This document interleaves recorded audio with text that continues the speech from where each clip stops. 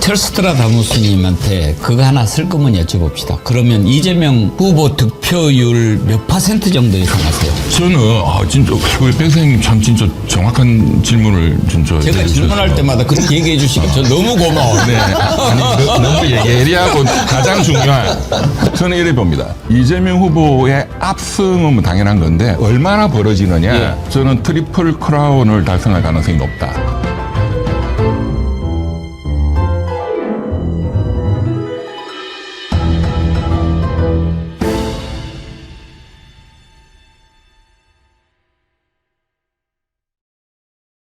예, 시대의 예언가 철스트라다무스 이병철 변호사님 오셨습니다. 어서 오세요. 감사합니다. 선글라스 벗으셨네요. 네, 많이 나왔어요. 수술은 잘 되신 건가요, 그러면? 네, 기술력이 워낙 대한민국 의료가 워낙 선진 의료니까. 그렇죠. 근데 이 의료를 박살을 내놨으니까요. 그러게 근데 말입니다. 김건희는 무슨 낯짝으로 또 입원을 한다고 서울 아산병원을 완전히 박살 내놨는데. 아니 요즘에 거기 입원 입원하려면 얼마나 기다려야 됩니까? 본래도 많이 기다리지만 네. 작년 의료 대란 터지고 나서 전공의들이 특히 빅5는 다 빠져나갔거든요. 제가 지금도 그 소송을 하고 있으니까. 그래서 서울 아산병원 같은 병원의 그런 중요 수술 기능이나 중환자 치료 기능이 절반으로 떨어졌어요. 그러니까 일반 국민들, 진짜 목숨이 경각에 달린 국민들도 이전보다도 훨씬 더 대기 시간이 긴데 김건희가 뭐 특별히 병도 없는 것처럼 보이던데 무슨 우울증으로 입원을 해. 우울증도 입원 받아줍니까? 뭐 심하면 받아는 주겠죠. 근데 뭐 때문에 입원한 걸로 보십니까? 일단 언론은 우울증이라 하는데 제가 봐도 우울한 아니고 조선일보가. 조선일보인가? 예. 제가 봐도 우울하기는 할 것 같아요. 우울하겠죠. 벌어놓은 거 못 쓸까 봐. 그리고 지금 뭐 어쨌든 지금 특검이 시작됐고 김건희 특검에 뭐 구속이 지금 사실상 뭐 기정사실이죠. 시간 문제고. 한 달, 뭐 한 달 반? 너무 길게 보시는데요. 국민들 그렇게까지 오래 참으라고요? 그 이제 특검이 열심히 잘 하셔야 되겠죠. 어쨌든 구속이 임박했기 때문에 잠이 안 오죠. 무조건 안 나온다고 그러니까 체포할 거 아닙니까? 아니, 당연히. 당연히 강제 구인할 수 있습니다. 해야 되고. 과거에 우리 국민들 많이 기억하시지만 재벌 회장이나 이런 분들 이제 멀쩡하게 잘 건강하게 계시다가 검찰에서 소환하면은 마스크 쓰고 들어놓잖아요. 휠체어 타고. 그러면 안에 들어가면 말짱해요. 또 딜하는 거죠. 근데 어쨌든 재벌 회장들도 소환 바로 직전에 입원하고 하는데 이 양반은 너무 지금 빨리 하고 있는 거예요. 어차피 병원에서는 지금 아마 이번 주 중으로 퇴원시킬 겁니다. 근데요, 옛날에 재벌 회장들 마스크 쓰고 휠체어 타고 담요 덮고 들어갈 때 그거 자기들 머리 쓴 것 같아도요, 사실은 검사들이 그렇게 하고 오라고 짜고 했던 거예요. 그렇죠. 저 들어올 때요, 저렇게 하고 들어오세요. 그래야 우리가 나중에 저기를 해드려도 그렇게 되는 거니까. 그때 다 그놈들끼리 짜고 해먹었던 거. 그렇죠. 그때 국민들은 몰랐던 거죠. 그렇죠. 이제는 다 알잖아요. 검사들 어떤 식으로 헤쳐먹었는지. 그런데 김건희 씨는 뭐 여러 가지 정신적으로 공황장애도 오고 할 수는 있는데 구속되면 낫습니다. 그 치료약이 구속이군요. 번쩍 더 길거든요. 국가에서 관리해 주니까. 그렇습니다. 좋은 밥 주고 운동도 시켜주고. 그렇습니다. 그리고 그 자기 재판에 이제는 목숨이 걸렸으니까 집중을 해야 되잖아요. 그건 잘 안 될 것 같은데요, 노력해도. 구속되면 다 건강이 좋아집니다. 하루빨리 건강이 호전되기를 바라겠습니다. 지금 김용현 얘기부터 해보죠. 일단 조은석 특검이 기소를 했잖아요, 추가로. 이건 잘한 거죠. 잘한 거죠. 그런데 그 전에 이것부터 좀 따져봅시다. 이병철 변호사님이 조은석 특검 조금 걱정 많이 하셨잖아요. 많이 했죠. 뭐 특수부 검사 출신이라 걱정하신 겁니까? 아니면은 사무실을 그쪽으로 고검으로 정해서 걱정하신 겁니까? 그 이제 사무실을 고검으로 정했다는 것도 굉장히 그거는 우려스러운 것이고, 지금 김건희 특검이나 최상병 특검은 그 검찰청 인근에 서초동에 건물 많거든요. 그거 구하면 되지. 도둑놈 잡으라고 특검을 임명했더니 도둑놈 사무실에 들어가면 그게 뭐 어떤 이유가 있든지 간에 국민들은 객관적으로 보면 의심이 가잖아요. 서울고검. 거기가 특수본 지금 박세현 특수본이 내란 수사하는 그 건물인데 그런데 또 어제 보도를 보면 그 준비하는 데 시간이 필요하니까 우선 임시사무실을 서울 동부지검으로 또 정해.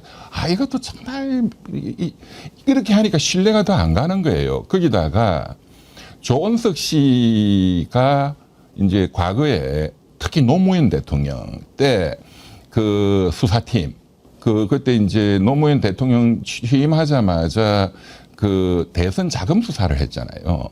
그때 윤석열 이제 또 안대희 검사장 그리고 이 조원석 그리고 한동훈이 그리고 지금 그 법제처 이완규 등등이 그 팀들 그게 이제 정치 검사들이죠.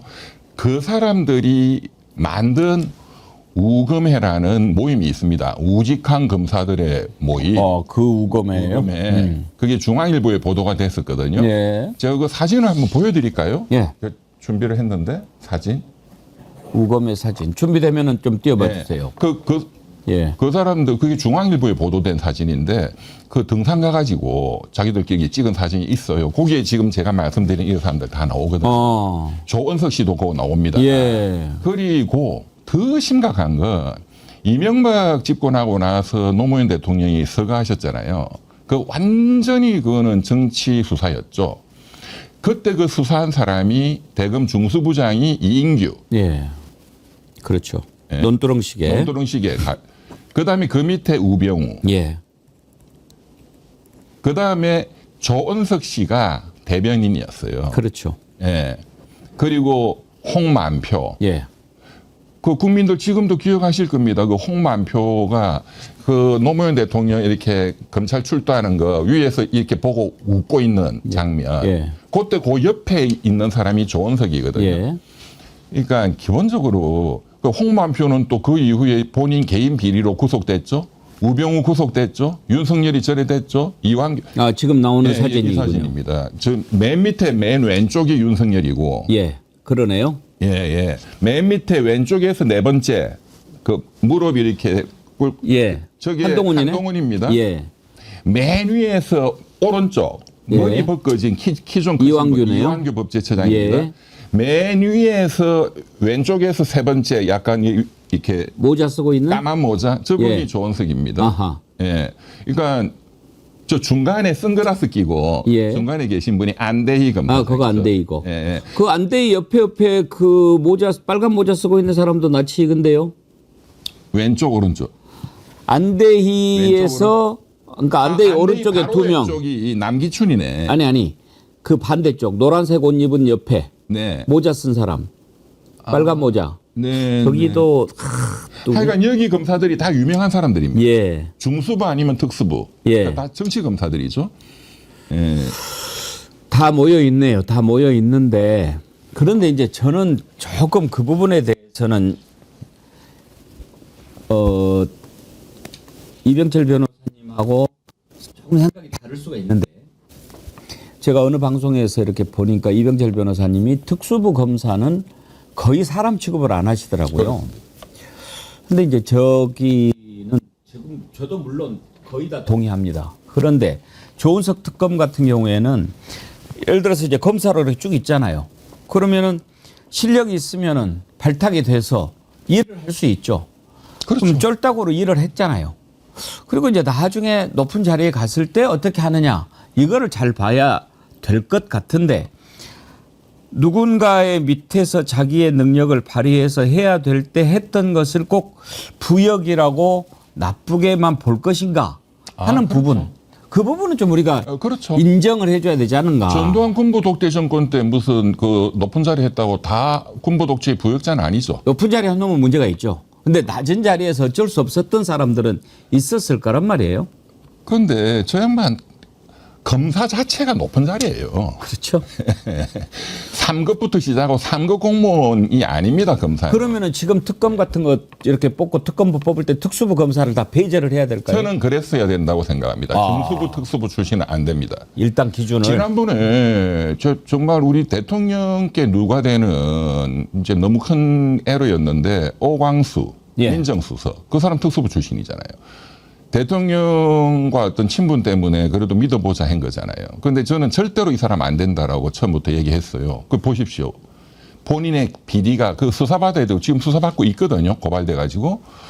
정말 상상할 수 없는 비리들을 특수부 출신들은 다 합니다. 아닌 사람들 물론 있겠죠. 저는 100%라고 볼 수는 없는데 제하고 개인적으로 굉장히 친했던 친구들이나 선후배 검사들이 이제 발탁돼 가지고 이제 특수부 중수부로 가는 순간부터 사람이 완전히 달라져요. 그리고 그런 친구들 중에 개인 비리가 없는 사람을 저는 한 번도 못 봤습니다. 그래서 이제 조은석 특검도 뭐 잘하시면 박수 치고 또 이제 비판적으로 이렇게 또 항상 견제해서 봐야 되겠죠. 뭐 그러면은 조은석 특검이 감사위원으로 있으면서 유병호하고 맞서 싸우고 최재하고 맞서 싸우고 네, 이런 부분은 어떻게 평가를 해야 될까요? 이제 그분이 재밌는 게 그 문재인 정권 때 윤석열 씨가 중앙지검장이었고 그 조은석 씨가 서울고검장이었거든요. 검찰총장을 두고 경쟁했죠. 근데 윤석열 중앙지검장이 내가 검찰개혁 잘할 수 있다라고 다 사기쳐가지고 된 거 아닙니까? 예. 예, 그때부터 이제 굉장히 그 경쟁 관계였는데 사실 검찰총장 자리를 두고 그러고 이제 이분이 감사위원으로 갔잖아요. 그리고 이제 그 또 감사원이 있을 때 위원이 있을 때는 이제 윤석열이가 대통령 돼가지고 유병호 사무총장 그 완전 깡패잖아요. 예. 그 제하고 행정고시 동기인데. 아, 그걸 동기세요? 잘 압니다. 그죠? 원래 그렇게 싸가지가 없었어요? 본래 무식하죠. 무식한데 어떻게 고시가 됐을까? 그러니까 고시가 됐는데 그 중에서 제일 무식한. 그리고 무조건 권력자한테 충성하고. 예. 그런데 이제 그때는 또 감사위원으로 계셨던 제가 뭐 조은석 씨를 뭐 계속 폄하하려는 생각이 예. 있는 건 아니고 이제 국민들의 관점에서 경계해야죠. 그렇죠. 우리가 예. 항상 감시 비판적 견제를 하자. 노무현 대통령이 대통령 당선되자마자 본인을 그렇게 열광적으로 밀었던 노사모 회원들 앞에서 여러분들은 지금부터 뭘 하셔야 되느냐 했더니 견제다. 예, 저는 그런 취지에서 드리는 말씀이고 어쨌든 조은석 씨가 감사위원으로 있을 때 그 깡패 유병호하고 굉장히 치열하게 많이 예. 다퉜고 또 특히 전현희 그 권익위원장 건 때문에 이제 그런 거는 또 잘 하신 거죠. 그래서 저는 뭐 그런 점도 있고 감안을 해야 되지 않느냐 하는데 이병철 변호사님 보니까 특수부 검사들에 대한 워낙 뿌리 깊은 불신이 있으셔서 우리도 좀 지켜보도록 하겠습니다. 그런데 그 조은석 특검이 지금 3대 특검 중에서 맨 먼저 한 일이 김용현을 추가 기소한 거거든요. 그러면은 김용현은 만약에 지금 원래 풀려나는 게 26일인가 그렇습니다. 지금 다음 주 목요일 구속기간 가죠. 만료가 되잖아요. 네. 그 전에 영장을 청구해서 받아들여지면 못 나오는 거죠? 당연히 그렇습니다. 그럴 가능성이 얼마나 됩니까? 그거는 역시 지금 지기현이가 기소했으면? 합니다. 지기현이 신병에 갑니까? 대한 결정을. 예. 네, 지기현이도 무조건 발부합니다. 발부합니까? 네, 연장시킵니다. 그러면 지기현이가 보석을 허가를 해준 것은 무엇 때문이었을까요? 그러니까 뭐냐면 일단 이제 검사 공소 유지하고 있는 지금 특수본 검사가 지금 26일이 되면 자유롭게 완전히 그냥 석방되니까 예. 그런 자유롭지 않도록 조건이라도 달아서 보석으로 풀어주는 게 더 낫다라고 검찰이 지기현 재판장한테 의견을 냈고 지기현이가 그거라도 하는 게 낫겠다라고 해서 이제 조건부 보석 결정을 한 거죠. 그런데 이제 이 검찰하고 지기현의 문제는 뭐냐? 이거는 벌써 재판 시작할 때부터 법이 그렇게 돼 있거든요. 6개월 지나면 풀어준다. 예. 그리고 과거 이제 박근혜 최순실 이런 중대 사건은 다 새로운 그 기소를 해서 연장을 해왔단 말이에요. 그리고 모든 국민이 그렇게 믿었잖아요. 저도 그렇게 믿었거든요. 그런데 그거를 6개월이 다 임박해서 국민들이 다 잊어먹고 있죠. 누가 그거 계산하고 있는 사람 잘 없잖아요. 그런데 뒤늦게 부랴부랴 검찰은 조건부 보석으로 해주세요. 지기현이는 그거라도 해야지. 내 잘했잖아. 그러면서 지난주에 발표했잖아요. 한 열흘 놔두고. 왜 이런 짓을 뒤늦게 하느냐 이거죠. 빨리빨리 해야지. 둘째, 추가 기소할 거리가 많거든요. 그런데 왜 지금 박세현 특수본 그 검찰은 추가 기소를 해서 연장 조치를 과거에 100% 해왔던 걸 안 했냐 이거죠. 그리고 지기현 재판장도 이 사건의 이 어마어마한 중대성을 본인이 욕도 그렇게 먹어왔는데 알면 검찰에 그런 얘기를 해야죠. 이 부분에 대해서 검찰이 의견을 빨리 내달라. 예, 부랴부랴 하지 말고 어차피 이 재판은 시간이 많이 걸릴 수밖에 없다. 그거는 좀 그 제도적으로 그런 게 있습니다. 왜냐하면 3년 전에 형사소송법이 개정이 돼가지고 검사가 작성한 피해자 신문조서가 부인하면 휴지가 되거든요. 그전에는 검사가 피해자 신문조서 작성한 거는 뭐 무조건 증거 넣은 게 있습니다. 그거는 그냥 증거로 보고 이렇게 판단하면 되거든요. 그러면 서류로 하면 되니까 재판이 빠르잖아요. 그런데 이제는 그냥 다 부인해버리니까 그러면 모든 사람들을 다 증인으로 법정에 불러야 돼요. 그러니까 이런 큰 사건은 증인이 몇백 명이 되는 거예요. 그러면 6개월 내에 한다는 게 물리적으로 불가능하거든요. 그러니까 이 사건은 그게 이미 정해져 있었던 겁니다. 그러면 사전에 다 이런 거를 국민의 걱정을 안 끼치도록 검찰이 일단 잘 했어야 되는데 검찰이야 그런 놈들이니까. 그러면 또 지기현 재판장이라도 그런 거를 또 이 검찰한테 얘기를 하고 해서 또 똑같은 놈이잖아요. 그래서 특검을 만든 거잖아요. 그럼 특검은 제가 특검이라면 지난주 목요일 날 특검이 임명됐으면 그때부터 특검의 수사가 발동이 되는 거예요. 수사권이. 준비기간이라는 거는 특검법에 있는데 그건 사무실도 구해다고 이러한 물리적인 준비가 필요하니까 한 20일 정도 준비기간을 둔다는 거지 준비기간에 수사권이 없다는 게 아닙니다. 절대. 당장 할 수 있는 거거든요. 그러면은 주말에 당장 그 박세현 특수본도 만나고 했으면 그 신병 문제부터 얘기를 해서 왜 당신들이 추가 기소를 여태까지 안 했느냐. 그리고 그 부분을 질타를 하고 그러면 당장 월요일이라도 추가 기소할 수 있도록 내가 조치를 할 테니 이제 뭐 그런 사건 기록도 다 넘겨라 등등 하고 빨리 하면 언론에 다 났던 것들이에요. 그렇죠. 그러니까 결국은 검찰도 제대로 수사를 안 해서 그렇습니다. 추가 기소 안 한 거고 그렇습니다. 지기현도 말도 안 되는 것으로 이렇게 중요한 사건이면 재판을 빨리빨리 해서 1심을 6개월 안에 선고를 하든지 했어야 될 거 아닙니까? 또 그렇게 하든가. 검찰이랑 법원이 짜고 지금 내란을 제대로 처리를 안 한 거죠, 뭐. 여기에 중요한 건 어차피 그 사람들은 안 믿잖아요, 우리가. 그러니까 여태까지 그렇게 질타를 해왔고 개혁 대상이잖아요. 그러면 그거를 사실 국민을 대신해서 감시하고 사전에 이런 조치를 빨리빨리 예방해야 되는 건 민주당 법사위 의원들입니다. 그거 하라고 국민의 대표로 뽑아놨는데 민주당 법사위 의원들 그 검사 출신도 많고 판사 출신도 많은데 저는 그분들이 정말로 아니하다고 생각해요. 예. 그래서 제가 다른 유튜브에서 굉장히 그 질타를 많이 했고 또 마침 그날 그 조계원 민주당 의원님인가 그분이 오셨길래 제가 그분한테 간곡하게 부탁을 했습니다. 월요일 저녁에 당장 이 방송 마치면 법사위 의원들한테도 얘기하고 의원님이 직접 할 수도 있다.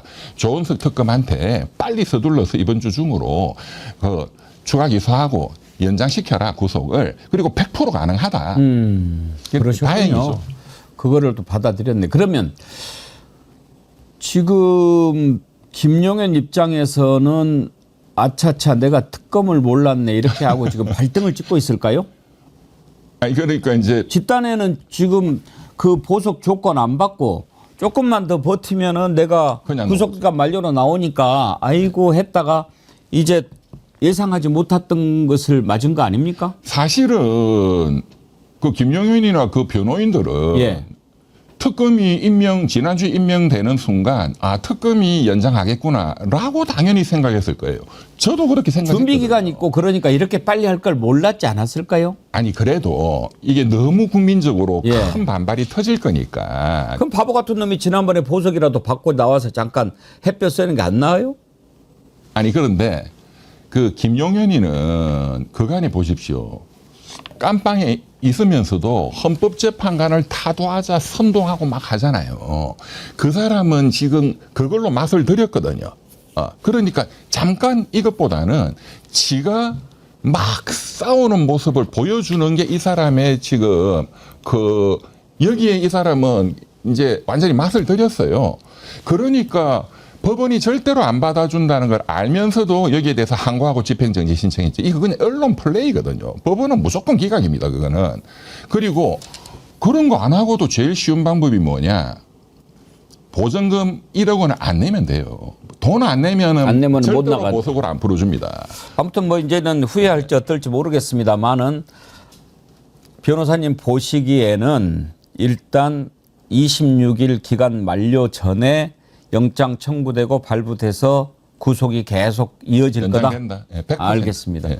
아이고 좀 한시름난. 중요한 거는 김용현이 이후에 연장으로 여인형이 등등등등 전부 다 다 기간 있잖아요. 만료되잖아요. 예, 다 그게 기소해야지 또. 아니 저는 너무 월요일 날 놀랬던 게 야 이래 되면 그리고 언론에 다 그렇게 보도를 했습니다. 민주당도 어쩔 수 없다라는 취지로 얘기했어요.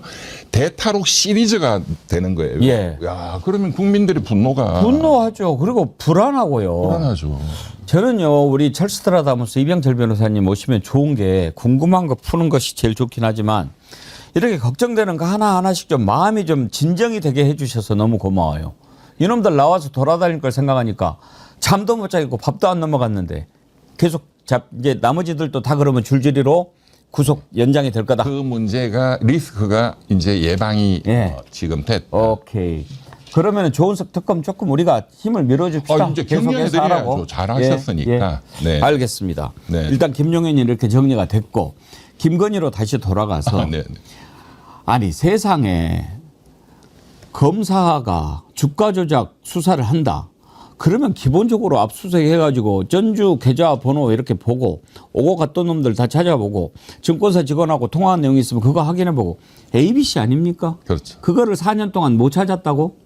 알면서 놔둔 거죠. 그렇죠? 압수수색을 해서 확보한 것은 최근에 특수본이 한 거는 맞는 것 같아요. 그런데 그게 있다는 거는 기존의 중앙지검 수사팀이 알고 있는 거죠. 예, 그거는 뭐 100%죠. 그렇게 그리고 하고도 그런 수사할 때에는 예. 제가 옛날에 금융감독원에 처음에 좀 있었거든요. 예. IMF 터지고 예. 제 사법연수 마치고 첫 그 근무한 데가 그 금융감독원이었습니다. 그때 이제 그 김대중 대통령 때죠. 예. 그 2000년. 예. 그때 이제 금융감독원장 겸 그때는 금융감독위원회를 했는데 지금은 금융인데 금융감독위원장을 겸직했는데 그 이제 유명한 이현재 예. 그 위원장 하셨고 그때 이제 그 제가 연수 마칠 때쯤 돼서 서울대학교 정운찬 교수님 예. 이제 지도교수라서 제가 인사드리러 갔더니 너 잘됐네. 지금 그 이현재 장관이 전화가 조금 전에 왔다. 지금 IMF 이런 것 때문에 그 금융기관들을 많이 퇴출시켰잖아요. 그러니까 이제 그것도 수십만 명이 실업자 됐으니까 그분들이 또 헌법소원을 많이 내고 그래서 경제도 금융도 잘 알고 그 제자 중에 정운찬 교수 제자 중에 혹시 변호사인 분 있으면 추천해달라. 오호. 해서 조금 전에 전화 왔다고 그 교수님이 너 어디 정했냐 하길래 그 로펌을 갈까? 뭐 저는 공무원은 싫다. 했더니 그러면 제발 부탁하는데 지금 당장 택시 타고 좀 가서 도와드려라. 해서 그냥 돕게 된 거예요. 운명이 그렇게 풀리셨구나. 네네. 그래서 예. 제가 그 IMF 이제 그 수습을 그때 뭐 이제 장관님 도와드리고 그때 하고 이제 그 수습이 잘 됐잖아요. 예. 그리고 이제 이현재 장관은 경제부총리 가시고 저는 공무원은 난 못하겠다. 그러셨군요. 했었는데 그래서 이제 금융감독원 업무도 그 이후에 그래서 제가 이제 금융 전문이기도 하고 지금 주가 조작 이런 사건이 터지면 또 이렇게 김건희 이렇게 워낙 큰 사건은 이제 검찰이 그 전문성이 부족하기 때문에 금융감독원의 굉장히 에이스 직원들을 이제 차출받아서 도움을 받거든요. 그 사람들은 은행 어디에 뭐가 있다는 걸 다 알아요. 근데 그걸 놔둔 거죠.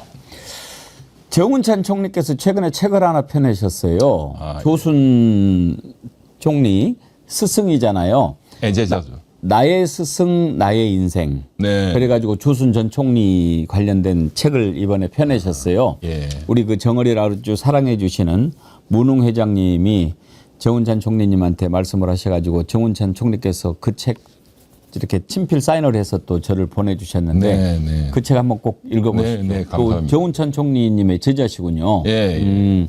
알겠습니다. 그래서 이번에 이제 그게 드러났지 않습니까? 그야말로 이제 스모킹건이라고 할 수가 있죠. 이 정도면. 그러니까 김건희가 우울증 걸리고 입원을 하는 거예요. 아, 우울할 수밖에 없죠. 그런데 그 금감원장에 지금 이복현이 이복현이 특수부 검사 출신 아닙니까? 맞습니다. 이자를 보냈단 말이에요. 맞습니다. 그러면 김건희 주가 조작하고 이거하고 떼어놓고 생각할 수 있습니까? 그건 뭐 100%죠. 100%죠? 예. 그 윤석열이가 그것 때문에. 그럼 이복현이 너 가서 김건희 주가 조작 그거 막아. 이게 최고 미션이네요. 그 제가 좀 자세히 말씀드리면 예. 이 도이치모터스만 있는 게 아니거든요. 삼부토건 주가 조작 이게 엄청난 거예요. 삼부토건. 이복현이는 몇 주 전에 이제 그만뒀어요. 이제 근데 이복현이는 제 서울대 경제학과 후배입니다. 이제 경제학과 출신이고. 거기도 경제학과군요. 근데 그런데 뭐 경제에 대해서는 모르고 그냥 검사만 했으니까. 그래도 이제 뭐 경제학과 출신이고 하니까 또 전문성이 있는 것처럼 보인다 해서 이제 구세금 맞으니까 금감원장을 시킨 거거든요. 예. 무조건 검사를 시켜야 되니까. 그리고 김건희를 막아야 이제 실드를 쳐줘야 되니까 이 심각한 게 뭐냐 하면은 이제 윤석열이가 2022년 3월 9일 날 당선되고 5월 10일 날 취임했어요. 그때부터 지금 터져나오는 게 건진법사 통일교 만나서 캄보디아 뭐 이게 2022년 4월 달부터 이게 시작이 된 거거든요. 그리고 23년도가 됐어요. 그때부터 삼부토건 주가 조작이 시작됩니다. 예. 그러니까 23년도 여름에 7월 달에 터진 게 그 가슴 아픈 최상병 순직 사건 그리고 오송 지하차도 예. 참사가 7월 달에 터졌거든요. 그 5월 달에 국토부 장관 원희룡이가 우크라이나 젤렌스키 부인이 한국으로 옵니다 또. 그리고 원희룡이가 우크라이나를 갑니다. 예. 그때 삼부토건 회장을 데리고 갑니다. 예. 삼부토건은 우크라이나 재건 사업 이런 거하고는 아무 상관이 없습니다. 그런 노하우가 없고 예. 그런 일을 해본 적이 한 번도 없어요. 예, 그런 공사를 할 수가 없어요. 예. 근데 삼부토건을 데리고 가서 우크라이나 측하고 이제 전후 재건에 대한 MOU를 체결합니다. 그러면 삼부토건 주가가 뛸 수밖에 없죠. 엄청나게 뛰었죠. 그 그래프 한번 보여주시면 예. 그거 보면 진짜 깜짝 놀래요. 예. 거래량이 폭증을 합니다. 자, 한번 보십시오. 보죠. 와, 완전 5월 저건 뭐 25일 수직 예. 상승이네, 절벽이네. 우크라이나 재건 포럼 참석 예. 뜨니까 바로 올라가잖아요. 2000 아래에 있던 게 5010까지 올라간 거네요. 그렇습니다. 그리고 7월 17일, 7월 달까지 위로 계속 올라와 있다가 내려오거든요. 네. 이제 이건 5월 달이고 7월 달에 윤석열이가 김건희하고 폴란드 그때 우리는 수해가 나서 난린데 근데 잠깐만요. 저게 5000까지 올라갔던 게 최저가 478원까지 떨어졌어요. 지금 상장 폐지됐습니다. 상폐됐어요? 그러면 저때 올해 샀던 2월 사람들은 어떻게 돼요? 이게 92%가 다 개미 투자자거든요. 토탈 2, 3천억 정도가 다 그냥 휴지가 된 거죠. 저러니까 주가 조작한 놈들은 사형시켜야 돼요. 그렇습니다. 근데 저때 지금 7월 17일 저때가 지금 최상병 사건이 터지고 오송 사건이 터질 때예요. 저때 윤석열이가 김건희하고 폴란드 가서 굳이 우크라이나 전쟁터에 가서 사진 찍었어요. 그때. 왜 저렇게 그랬더니 한국에서는 지금 오송 참사가 벌어졌다 등등 하니까 대통령이 그 한국 간다고 거기 해결되냐 또 그따위 소리 했던 게 다 기억이 나실 겁니다. 저때 그 삼부토건 주가 조작범들은 최소 100억 이상의 차익을 실현했습니다. 100억이 뭡니까 지금 뭐 최소. 이 정도면. 저때 이제 그 금감원이 발표한 게 그렇습니다. 이복현이가 예. 저때는 숨겼죠. 예. 그리고 24년 작년 1년 동안은 이제 비상겸 내란 준비했고 이복현이가 올해 2월 달에 이제 정권은 바뀐다는 거 명백해졌고 올 2월 달에 와서야 비로소 이런 거래 이상 거래가 있었다. 금감원이 이거를 포착했다. 2년 지나가지고. 그리고 사표 내고 나갔죠. 이게 이복현이도 뭐 공범으로 의심할 수밖에 없고. 공범인 거죠. 아니 지가 근데 모르는 이런 거 하라고 보낸 거죠. 그리고 이 주가 조작은 검사들은 사실은 그 전문적인 전문성이 떨어져요. 이런 걸 분석할 수 예. 있는 거는 금융감독원 직원들이 최고 에이스들이죠. 그렇죠. 예. 그래서 지금은 남부지검 금융범죄 수사팀. 예, 예. 그거 또 이제 건진법사 그거는 코인 수사하다가 예. 확대됐기 때문에 그 이제 가상자산이죠. 가상자산 범수단에서 지금 그걸 하고 있고 또 금융감독원도 지금 이런 거 다 조사하고 있죠. 지금 와서. 예. 예. 그러니까 이제 남부지검이 제일 전문성이 있지만 그래도 검사들 잘 모릅니다. 그래서 이제 금융감독원이 오면 금방금방 되거든요. 이복현이도 이게 다 알고 있었죠. 본인이 금융감독원장인데. 그러니까요. 다 보고받았죠. 다 근데 덮었죠. 말씀 듣다 보니까 이제 그런 수법을 많이 쓰잖아요. 우크라이나 갈 때 옆에다 앉혀놓고 뭐 저기 하고 그러는데 지금 또 제가 기억나는 게 윤석열 김건희가 베트남을 갈 때 김건희 옆인가 한세실업인가 거기 부회장을 앉혔어요. 네, 네. 젊은 친구. 그 한세실업은 또 뭡니까? 잘 몰라요. 그래요? 네. 그런 식으로 이렇게 왜냐하면 꿍꿍이 속에 있는 거. 이쪽에는 최태원이 앉았어요. 그러면 최태원급을 또 이쪽에 맞은편에 앉혀야 그럼 말이 되잖아요. 되는데. 근데 한세실업인가 거기 부회장을 젊은 친구로 앉혔어요. 이런 건 장난치는 거 아닙니까? 한세. 그건 100%입니다. 예. 대통령이 해외 순방하는데 그 여러 뭐 대기업 회장이다 뭐 이런 경우는 뭐 괜찮은데 이름도 없는 이상한 기업가가 앉았다? 그거는 100%입니다. 이명박, 박근혜 때 다 똑같았어요. 장난치는 거죠. 예. 그런 식으로 뭐 해가지고. 예를 들어서 21거래는 비슷한 거겠죠. 그렇죠. 그렇죠. 이야. 한- 그래서 이제 지금 다 이렇게 드러나게 됐는데 저는 뭘 말씀을 드리려고 하냐. 이복현이도 개입이 돼 있을 거고 지금 검찰 뭐 이창수, 조상원 이런 자들 다 지금 나서서 감춰주고 오히려 막 막아주고 그런 거 아닙니까?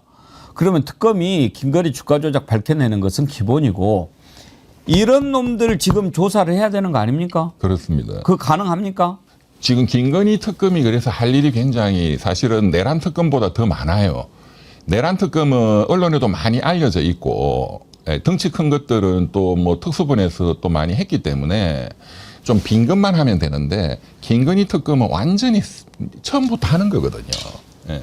그래서 또 제목도 많고 어쨌든 간에 좀 제한된 시간이지만 한 6개월 정도니까요. 김건희 특검 그 특검보 수사관님들한테 좀 화이팅 하시라고 격려하고 싶습니다. 어려울 겁니다. 정말 시간적으로. 쉽지 않을 거예요. 이놈들이 뭐 나 저 실력이 없어서 나 뭐 몰라서 뭐 그거 있을 거라고 생각 안 해서 이런 식으로 발뺌을 하면 그야말로 부작위에 의한 짓인데 이것을 밝혀내는 거는 참 어려울 거예요. 근데 의지만 있으면 그러니까 대한민국 검사들이 일단 유능해요. 이제 정치 검사들이 이 사상이 삐뚤어져서 문제지 공부 잘하는 친구들이 그러니까요. 가잖아요. 예. 그리고 뭐 특검이 올 연말까지지만 또 특검 종료되면 남아 있는 또 여죄 수사들은 뭐 그 중대수사청이 하든 또 뭐 공수처가 하든 유능한 사람들이 또 계속 하면 되니까요. 그래서 사실 국민들이 그거는 걱정하실 필요는 없습니다. 하면은 다 나옵니다. 다음으로 넘어가기 전에 특검에 대해서 전체적으로 이병철 변호사님은 지금 뽑힌 3명의 특검 점수를 어떻게 주십니까? 근데 사실 지금 뭐 준비 단계니까요. 뭐 제가 점수 드릴 수 있는 건 아닌 것 같습니다. 왜냐하면 시험 답안지를 본 적이 없기 때문에. 그런데 어쨌든 조은석 특검께서 지금 가장 중요한 김용현 구속연장 이제 줄줄이. 그러니까 이 부분을 어쨌든 봉쇄하는 조치를 했다는 거는 대단히 잘하신 겁니다. 알겠습니다. 한 가지만 더 여쭤보고 다른 내용으로 넘어갈 텐데 지금 명태균 관련해서도 지금 검찰이 계속 들여다보고 그렇죠. 수사가 되고 있잖아요. 근데 요즘에 김진태 이름이 나요, 강원지사. 네네네. 뭡니까 그거는? 제가 그 명사장한테 전화해서 물어본다는 게 제가 그 시간이 없어서 통화를 못 했는데 그것도 제가 명사장한테 좀 얘기를 여러 번 들었어요. 예. 그러니까 이제 김건희의 공천 개입 그 직권남용 관련해서 2022년 그 5월 10일 날 윤석열이가 취임하고 6월 2일 날 지방자치 선거가 있었지 않습니까? 그때 이제 그 국회의원 보궐선거도 일부 있었는데 그게 김영선 전 의원 대해서 공천 예. 개입이었고 지방 선거에서 이제 강원도지사 된 그 김진태. 예. 김진태도 이제 검사 출신이죠. 친박의 핵심이었죠, 김진태가. 그런데 이제 윤석열 친박 의원 할 때 윤석열을 상당히 공격을 많이 했거든요. 예. 그래서 사이가 안 좋아요. 예. 근데 이제 본인은 이제 또 유명한 정치인이고 국회의원도 좀 했고 강원도에서 제일 많이 지명도 있는 여론조사하면 제일 높게 나오는데 이제 그 당에서 여기 공천을 안 주고 그 황상무 하는 예. 그 언론인 출신, KBS 앵커 출신. 예, 이제 그분을 준다 하니까 김진태가 국회 앞에서 텐트 치고 단식 농성하고 막 했거든요. 근데 뭐 그런다고 되는 게 아니지. 그렇죠. 대통령의 의지가 이쪽으로 갔으니까. 예. 그런데 그게 갑자기 바뀌었단 바뀐 말이에요. 거예요. 이거는 100% 예. 윤석열이가 아니면 김건희다. 그때 다 그렇게 생각. 윤석열은 황상무를 밀었는데 황상무가 안 되면은 윤석열보다 더 센 놈이 밀은 거 아니에요? 그렇죠. 윤석열보다 더 센 놈은 하나밖에 없고. 그렇죠. 근데 이제 밝혀진 게 예. 이제 김건희인데 그러면 그것도 소문을 다 김진태도 다 들었거든요. 김건희한테 가면 된다. 김건희한테 가려면 누구한테 가야 되느냐? 명태균입니다. 예. 명태균은 그 정치인들이 다 많이 아니까. 그러니까 명 사장이 김건희한테 가라. 그럼 김건희가 어디에 있다 현재 뭐 어디 뭐 운동하고 있다 등등 해서 김진태가 가서 싹싹 빌고 충성 서약을 하고 해서 김건희가 낙점했다. 라는 거에 대해서 며칠 전에 검찰이 예. 김진태 지사를 소환 조사했다. 라는 거죠. 그때는 샤넬을 아니고 뭐 다른 거 줬을까요? 그거는 잘 모르겠습니다. 제가 김진태 지사하고 친하거든요. 아, 왜냐하면 예. 지난 3년 전 대선 때 그 윤석열 캠프에 제가 이재명 비리특위 국민검증위원회 제가 부위원장이었거든요. 예. 그때 제가 대장동, 백현동 뭐 이런 거 다 조사했어요. 예. 근데 지금 솔직히 말씀드리는데 그때 지금 재판받고 있는 이재명 대통령 그 부하라든가 이런 분들 돈을 받았다든가 이런 분들 그거는 저도 다 확보를 했어요. 그런데 이재명 당시 이제 그 후보는 제가 할 수 있는 걸 다 했는데 조사를 합법적인 거는 단돈 1원도 안 나왔어요. 어허. 그래서 제가 그때 이분 좀 돈 문제는 굉장히 깨끗한 분이 안 나올 수가 없거든요. 뭐 조사하면 안 나올 수가 없는데 네. 그렇게까지 단돈 1원의 했는데도 흔적도 안 나왔어요. 예. 예, 그래서 이분은 털어봤자 안 나온다. 그 이후에 제가 3년 동안도. 그러니까 그때 그 검증특위 위원장이 김진태였어요. 그래서 그렇군요. 제가 잘 알죠. 그러면 지금 이병철 변호사님이 지금 이재명 대통령 지지하시잖아요. 네. 그 큰 이유 가운데 하나가 그때 경험도 있겠네요. 그때 의이 컸습니다. 예, 깨끗하시다. 그래요. 알겠습니다. 이제 특검에 기대를 해보고 지금 이제 이재명 대통령 얘기 나온 김에 이번에 이제 순방을 마치고 돌아왔는데 네.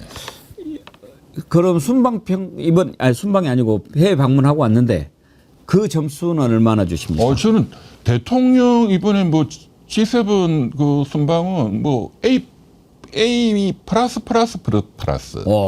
최고점을 주겠다. 예, 트리플 A. 오. 신용평가 기관들이 예. 우리나라 지금 경제가 굉장히 중요하니까 뭐 스탠더드 앤 포어스라든가 무디 이런 데서 이제 한국 신용평가 하지 않습니까? 예, 보통 이제 트리플 A 뭐 더블 A 하는데 트리플 A 줘도 저는 아깝다. 그 굉장히 잘하시는 것 같아요. 예. 대통령께서. 어떤 점을 제일 잘한 것 같습니까? 저는 좀 재밌는 이야기 한번 해보면 그 호주 총리 만나서 총리님 그 전화할 때보다 직접 뵈니까 훨씬 젊고 잘생기셨다. 그러니까 호주 총리님이 되게 조합디다. 연세가 한 살 위인가 그렇다고 뭐 엄청 좋아하시면서 you are very kind. 들어보면 굉장히 화기애애한 분위기라는 거 알 수 있잖아요. 예. 그걸 굳이 또 극우 쪽에서 시비를 걸어요. 뭐라고 그래요? 뭐 서양 사람들은 외모에 대해서 말하는 게 결례다는 등 또 헛소리하는. 예. 저도 서양 사람 많이 만나보고 중국 사람 다 만나봤지만 잘생겼다 하면 다 좋아합니다. You look handsome 하면 다 좋아해죠. 무조건 좋아하죠. 여성분은 이쁘다 하면 좋아하는 거고. 그걸 또 시비를 거는 놈들이 있었어요? 그러면서 있어요. 예, 극우 쪽에서. 안 만났다고 하는 놈들도 있었으니까. 그런데 제가 이제 이번에 제가 이제 김대중 대통령 때를 우리가 항상 좀 보자. 김대중 대통령이 그런 말씀하셨잖아요. 또 그때 이제 IMF라는 그 엄청난 국난을 떠안은 대통령으로 시작했는데 우리나라가 지리적으로는 약소국이다. 4대 강국에 또 둘러싸여. 그러나 보라. 우리가 이 지정학적으로는 강대국이 될 수 있다. 와, 정말 대단한 통찰이죠. 지리적으로 약소국이나 지정학적으로 우리가 잘하면 지금 IMF도 당했지만 우리가 세계적인 강대국도 될 수 있다. 그 이후에 많은 정권을 겪었지만 또 우리 내란도 극복하고 이재명 대통령께서 어쨌든 G7의 초청을 받아서 초청국 자격으로 간 거잖아요. G8 정도의 느낌을 저는 받고 국민들도 다 그렇게 이해하실 그렇죠. 거예요. 네. 또 가셔서도 굉장히 나이스하게 정상들하고 연설도 굉장히 잘하신 것 같고 그래서 제가 김대중 대통령이 말씀하신 우리가 지리적으로 약소국이지만 지정학적으로는 4대 강국을 잘 활용하고 세계적인 그런 강한 나라가 될 수 있다는 게 지금 이제 실현되고 있구나. 제가 그런 생각을 했습니다. 그래서 굉장히 좀 가슴이 조금 울컥했어요. 예. 그래요. 아주 좋은 김대중 점수를 대통령이 하늘에서 보시면 예. 굉장히 흐뭇해하시지 않을까. 예. 좋은 점수를 주셔서 이제 돌아와서 또 추경하고 또 쉬는 시간이 없이 계속 이렇게 움직이는 걸 보고 걱정하는 국민들도 있습니다. 건강을 잘 챙기셔야 되는데 네, 그렇게 네. 하는데 추경이라든지 또 이렇게 민생 지원금 지급하고 이런 것에 대해서도 지금 국민의힘이 좀 반대하고 그렇지 않습니까? 반대 엄청 하죠. 예. 모든 걸 시비 걸죠. 그 방향은 어떻게 보세요? 아니, 당연히 해야죠. 해야 되는 거죠? 네. 어. 지역 화폐도 해야 되고. 예. 근데 이제 시청자들께 제가 좀 경제학적인 거를 좀 말씀을 드리려는데 이제 이렇게 반대하죠. 아니, 지금 생활 물가, 서민 물가가 엄청나게 지금 폭등해서 서민들이 고통스러워 한다. 집값이 서울 수도권 아파트 값이 난리다. 그런데 돈 풀면 여기 부채질 할 거냐? 들으면 맞는 것 같잖아요. 그리고 한국은행은 또 금리를 내리고 있고 지금 당신들 제정신이냐? 들어보면 맞는 것 같거든요. 그게 전혀 틀린 거예요. 예. 지금 지난주에도 말씀드렸지만 이 서민 생활 물가. 예. 이거는 우선은 지난 6개월 동안 지금 윤석열 정권 기획재정부부터 놀아버린 거예요. 이거는 미시적인 대책을 내야 됩니다. 한국은행이 기준금리를 조절한다든가 등등 하는 거는 거시 정책이고 예. 이거는 일부 시장에서 발생하는 거잖아요. 전체적으로 우리가 거시물가 지표는 1.89 안정적이에요. 예. 그런데 미시적으로 여기에서 지금 물가는 문제가 있거든요. 그럼 여기는 미시 정책으로 잡아야 돼요. 그런데 그 원인들이 외국에서 들어오는 원자재 가격이 굉장히 높다. 또 뭐 브라질에서는 조류 인플루엔자가 생겼다. 이런 거는 다 당국이 농림부 뭐 등등이 그러면 다른 수입 다변화 조치도 빨리빨리 취해서 써야 되고 또 담합에 의심이 가는 것도 많이 있거든요. 라면값 같은 경우는 그 식품 업계가 담합해서 암묵적으로 올리겠다고 저는 의심이 많이 가요. 이런 건 공정위가 또 조사하고 하는 미시적 정책으로 잡아야 되는 거예요. 이 거시하고는 상관이 직접 없습니다. 그렇고 집값은 이거는 별도의 부동산 정책으로 또 잡아야 됩니다. 그러니까 대출 금리를 인하했다. 그러면 집값으로 돈이 가면은 뜬다. 뭐 그럴 수 있죠. 그렇지만 대출 금리를 사업자금이라든가 자영업자들 자금이라든가 이런 것으로 그것을 제한하고 하는 미시적 조치는 금융감독은 금융위가 하는 거예요. 미시적인 금융정책을 동시에 잘 써야 되는 거예요. 그걸 안 한 거예요, 여태까지. 집값 폭등은 1월 달부터 시작됐습니다. 그리고 여기에 완전히 불을 지핀 건 누구냐? 오세훈 시장입니다. 강남 3구를 어떻게 토지거래 허가제를 푼다. 그 미친 짓을 한 거예요. 그때 불이 완전히 붙었기 때문에 그 불을 어쨌든 대통령이 취임하신 거는 지금 한 열흘밖에 안 됐잖아요. 지금도 사실은 어떻게 보면 속으로 태클 걸려고 하는 국무위원들, 국무회의가 그렇잖아요.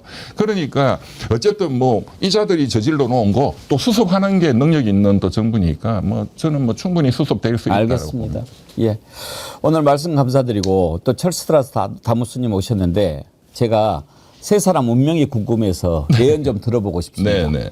짧게 얘기해 주셔도 됩니다. 첫째, 김민석 총리 후보자 운명 어떻게 될 것 같습니까? 별 문제 없죠. 문제 없다. 예, 좀 아쉬운 부분들이 있지만 예. 저는 김민석 총리 후보자님이 제가 84학번인데 그분이 82학번이거든요.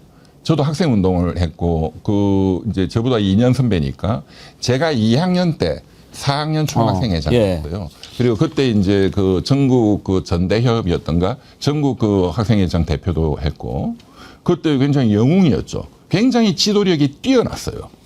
사실 지금 와서 우리 보면 대학교 4학년짜리가 뭘 압니까? 그렇게. 그렇지만 제가 다시 생각해봐도 그렇고 그 이후에 이제 또 구속되고 법정에서도 이제 우리 법무법인에서 제가 대표님을 모시는 박찬동 예. 변호사님이 그 김민석 학생의 그 변론도 하셨어요. 예. 인권 변호사 극찬을 하시더라고.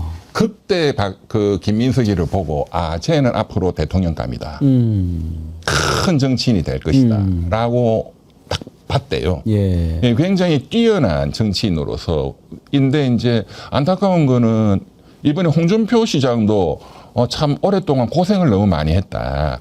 그간에 또 야인 생활도 많이 했고 그런 이제 경제적인 관계에서 벌어지는 좀 일부 그런 거는 사람이라는 게 예수님도 때가 묻었을 거고 석가모니도 다 때가 있는 거예요.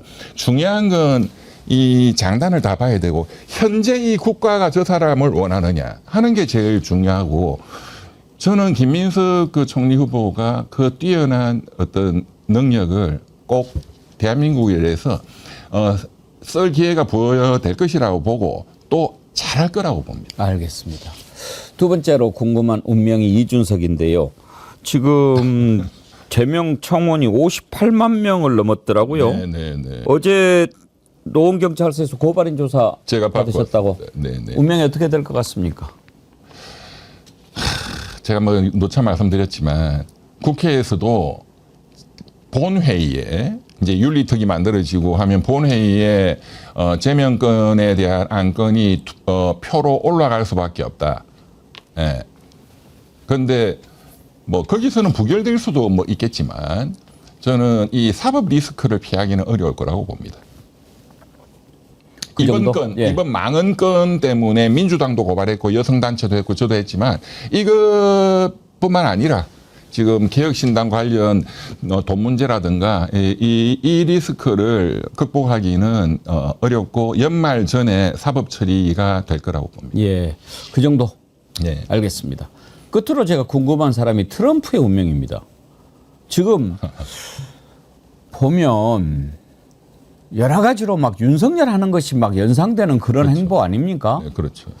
어떻게 될 것 같습니까? 이제 임기 다 채울 것 같습니까? 그런데 이제 저도 이제 트럼프에 대해서 제국주의다고 제가 규정을 했어요. 예. 그 관세 깡패짓 하는 거 보고. 그런데 예. 사실 자기 뜻대로 관철도 하나도 못 하잖아요. 그러니까 연포만 놓고 떡만 쏙 놓고 빠지고. 예. 그게 그 양반이 쓴 거래 기술에 있는 거예요. 예. 그 양반 스타일은 거래를 할 때에 상대방은 2배라고 제한할 거다 생각하면은 10배를 때리는 거예요. 그리고 내가 양보한다 해서 서너 배를 얻는다. 근데 이번에는 한 푼도 못 얻고 있어요. 우리 이재명 대통령이 후보 때 우리가 빨리 할 필요가 없다. 중국, 일본하고 또 여러 나라들하고 지금 해서 다 박살나고 있는데 우리가 뭐하러 빨리 하냐. 예. 그러니까 기다리면 된다. 그건 맞는 거죠. 그러니까 트럼프 대통령의 이 거래의 패는 다 알거든요, 이제. 예. 그 수법이 뭐다. 아마 김정은도 알 겁니다. 예. 그러니까 패가 안 먹히는 거예요. 그러니까 국내에서 뭐 LA에다가 군인을 투입한다는 등 그런 짓을 하는데 그렇지만 대통령을 날리는 것은 미국 국민들이 원하지 않을 겁니다, 결국은. 미국은 역사상 또 대통령직에 대한 그 개인이 중요한 게 아니라 또 대통령에 대한 국민들의 어떤 자존심이 있기 때문에 뭐 탄핵당하고 하기는 저는 그럴 가능성은 없다고. 알겠습니다. 오늘도 아주 시원시원한 답변 감사합니다. 다음 주 또 기대하겠습니다. 감사합니다. 예, 고맙습니다. 네. 시대의 예언가 찰스트라다무스 이병철 변호사님과 함께했습니다. 여러분 즐거우셨죠?